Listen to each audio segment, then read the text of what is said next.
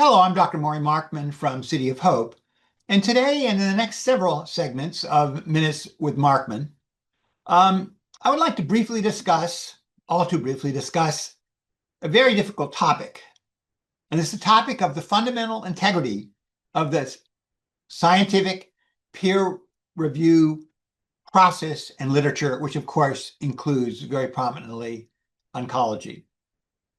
There is no question, of course, of how important, how critically important the peer review literature is and has been over the last multiple decades in informing the world, scientists, the world, society of advances, both in the more investigative sphere, basic laboratory, translational laboratory, and of course, clinical investigation. And it is the coin of the realm, certainly in the university academic promotion system.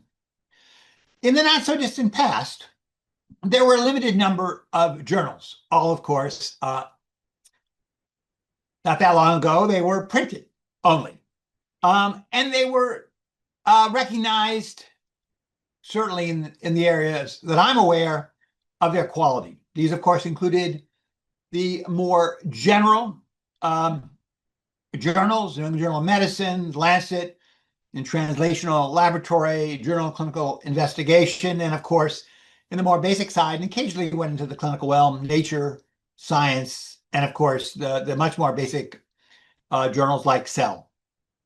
And then there were specialty journals, Journal of Clinical Oncology, Blood, Lancet Oncology, JAMA Oncology, and of course, the specialty medical journals like the Annals of Internal Medicine or Surgery that included cancer-related topics.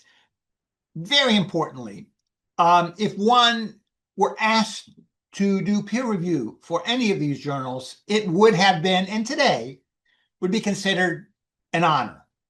And you would want to do a good review, thorough review, thoughtful review, both because you knew people would look at this review, but also because you would hope that others reviewing papers that you had submitted or were going to submit would similarly take the time and effort to do a quality process, both to make sure what got into the literature was excellent quality, but also maybe even to help you in your own research. This was the world in which I actually started my career in oncology.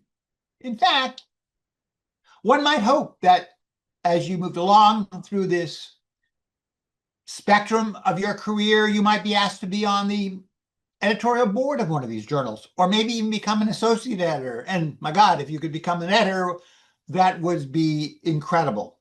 This was recognized in academic circles and may very well be important within your own university for the promotion and tenure.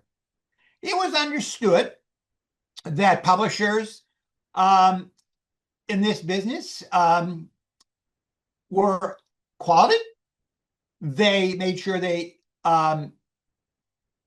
insisted on quality. We knew they made money, and we also knew that a variety of medical organizations which sponsored these journals also made a profit, but of course that profit was then used to go back to their own organization for education, etc.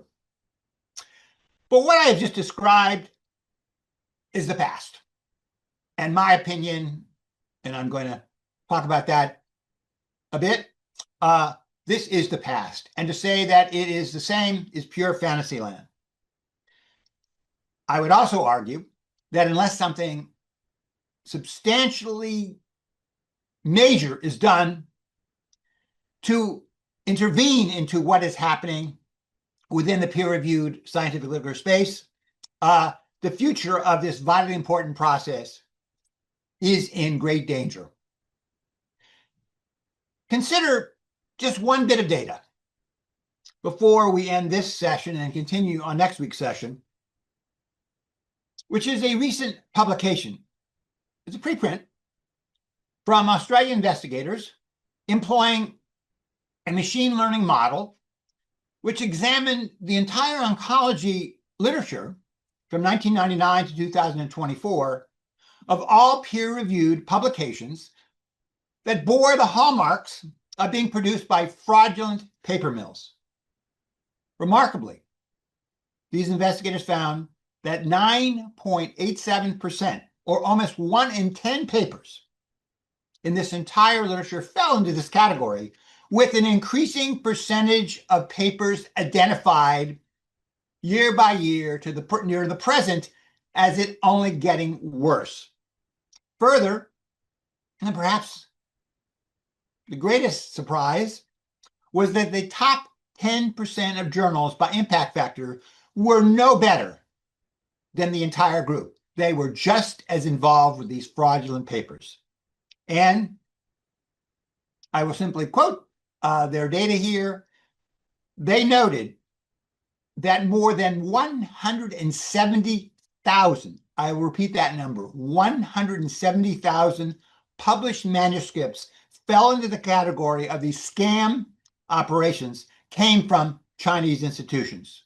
To be clear, this particular publication does not prove all of these manuscripts were fraudulent, nor that the situation is actually getting much worse. But it should be considered by all involved in the scientific peer review process to be a wake-up call and a matter of great concern.